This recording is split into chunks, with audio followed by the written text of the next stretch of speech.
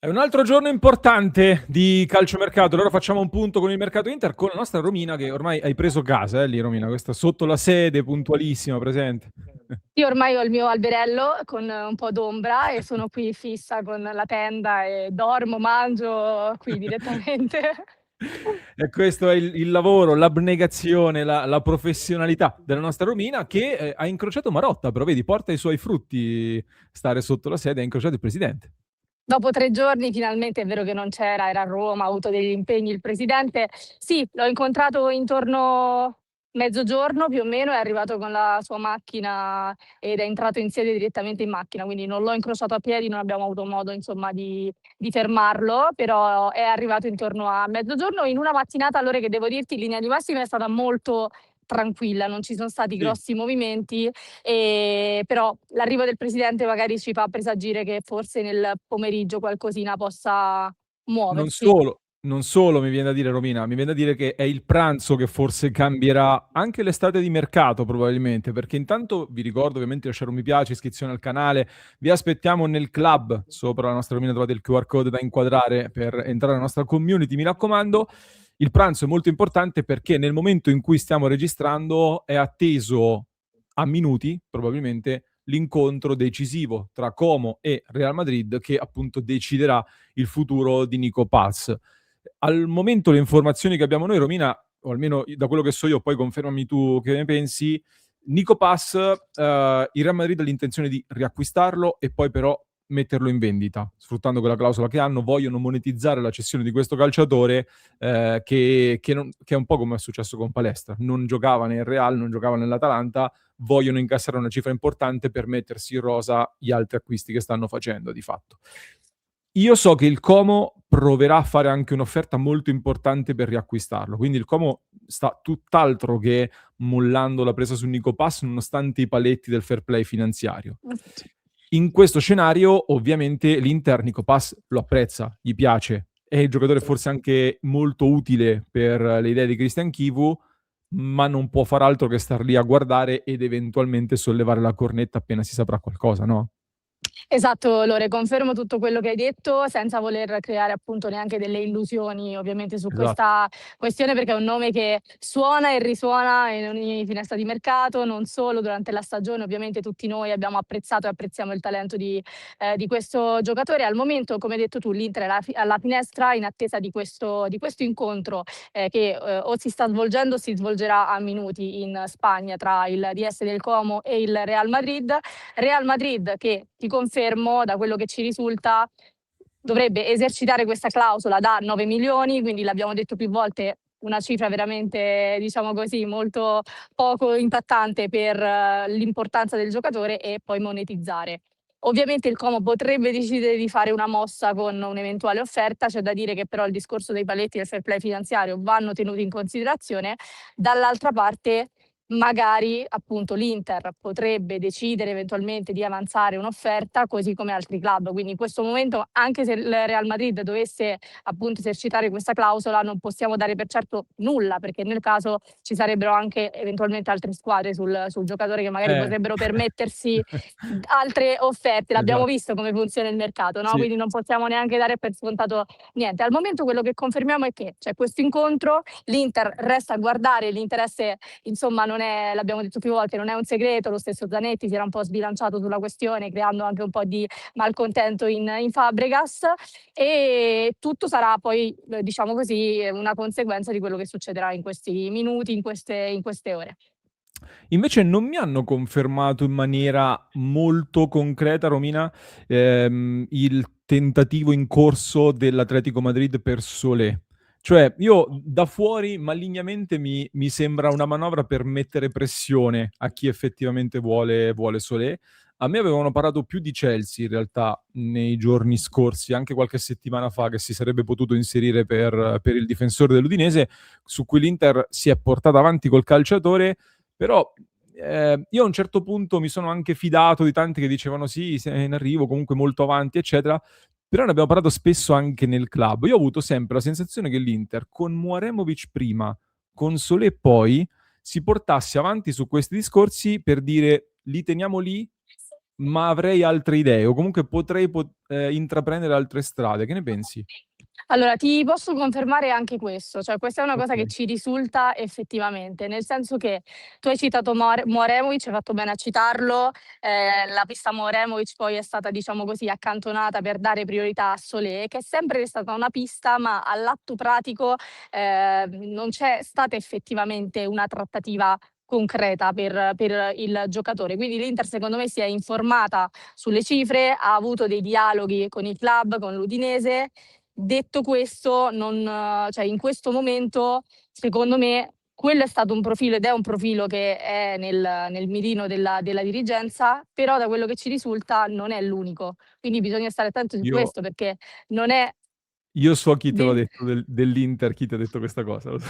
no, no, no, no, io non dico niente, io dico soltanto che io Io lo dico so chi te l'ha soltanto io lo so chi te io l'ha io resto cioè nel senso vi informo di quello che mi risulta. Quindi questo è quanto, cioè È Solé è sicuramente un affidabile, è giocatore affidabile, è una fonte affidabile, è quindi affidabile. Solé è un giocatore che sicuramente piace all'Inter, ci sono dei dialoghi con l'Udinese, ma l'Inter non guarda solo ed esclusivamente a Solé e questo possiamo confermarvelo. Possiamo C'è discutere di un po' di nomi, Sì, perché no, io questo ho sentito Fabrizio Romano che ha ritirato fuori questo Cialoba che sta ecco, il nuovo Lavezzi, di io sessione in sessione. spunta ogni tot Sì, che spunta è un spunta profilo lui. non da scartare secondo me, perché comunque è un giocatore interessante. L'Inter effettivamente ci aveva lavorato anche, forse anche era l'anno anche che poi arrivò Acerbi, Sì, era probabilmente. esattamente Era quell'anno lì. quello, Sì, sì, era sì, sì, quello. sì, sì, era Io quell'anno lì.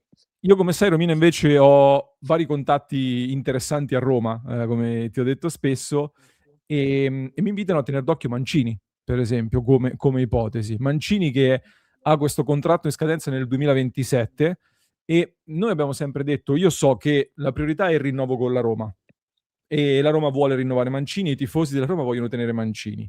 Al tempo stesso Mancini, e in questo potrebbe ricordare un po' quello che successe con Perisic all'Inter, dice sì, va bene l'offerta, va bene che parliamo, ne discutiamo, eccetera, però a un certo punto arriviamo al A un concreto. punto. Che deve Sì, sì. succedere? La Roma tra 5 giorni deve anche chiudere delle cessioni per rispettare gli accordi con la UEFA e non ha ancora ceduto nessuno. A me è stato detto che ci sono stati nuovi contatti anche con l'Inter, cioè che qualche discorso con l'Inter c'è stato. Secondo alcuni, ma su questo non lo so, è Chivu che spinge molto e che apprezza molto Mancini della Roma, che ecco, la mia idea Romina è saltato palestra, l'Inter non è che per forza rimetterà lo stesso budget sulle reti di Dumfries, per forza, potrebbe fare nuove valutazioni, potrebbe liberare delle risorse e potrebbe nelle prossime ore decidere quindi di intavolare discorsi in altri ruoli, come il difensore, per esempio, in quel caso magari sfrutti l'urgenza della Roma per Mancini o in altri reparti. Anche se poi sull'esterno, io l'ho sempre detto, la mia preferenza è per Ndoye, che costerebbe come operazione complessiva, probabilmente lo paghi come palestra, forse, e se non qualcosina in più addirittura. Però ci sono anche tantissimi altri nomi, ma non mi sembra che sia stato approfondito qualcosa di concreto adesso. No, in questo momento di nomi effettivi no. Tu hai fatto un discorso secondo me importante, nel senso che anche ieri lo abbiamo detto, nel momento in cui l'Inter non ha messo questi 50 ed oltre milioni per palestra, bisogna capire come verrà ridistribuito questo budget, no? Quindi Mh-mh. come cambiano anche le priorità e le gerarchie per l'Inter, che in questo momento secondo me, tra l'altro ti dico anche questa cosa, quando prima ti parlavo del discorso della difesa, e dell'interesse dell'Inter su altri profili, era un Sì. discorso che arrivava anche in precedenza rispetto alla, tra virgolette, "conferma" di De Vrij in uscita. Ah, Quindi se okay. i già in Okay, quella situazione lì l'Inter stava guardando ad altri profili, figurati in questo momento quando sai che comunque devi fare 2 acquisti e non più 1.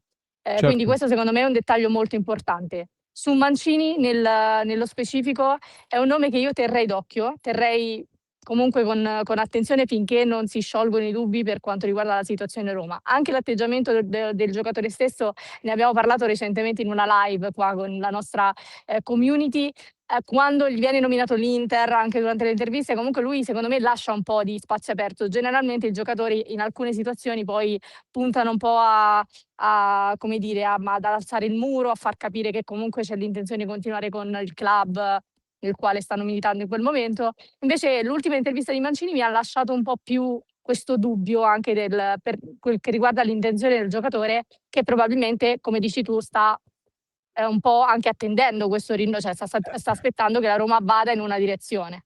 E quindi attenzione sicuramente anche alla pista Mancini. Per Solé, così chiudiamo il discorso, Io lo in questo prenderei Solé subito.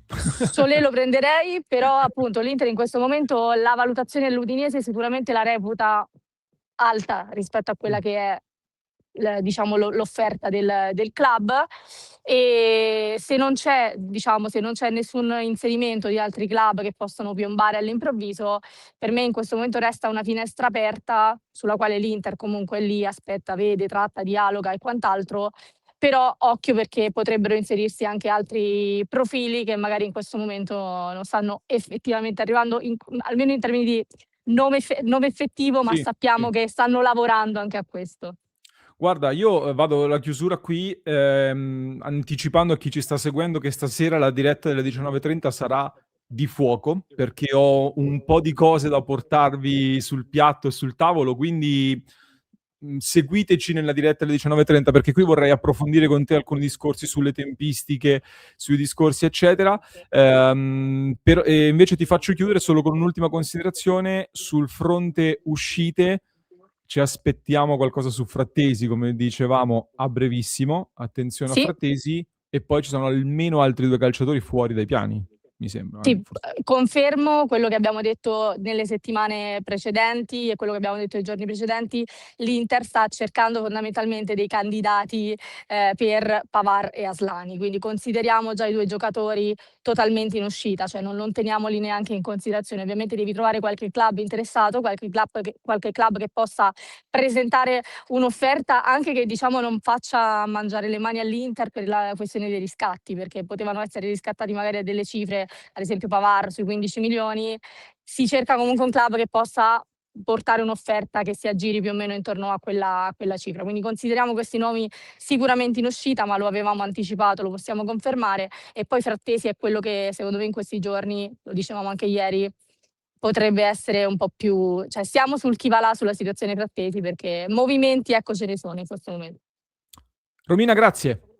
Grazie mille a te Lore, grazie a tutti.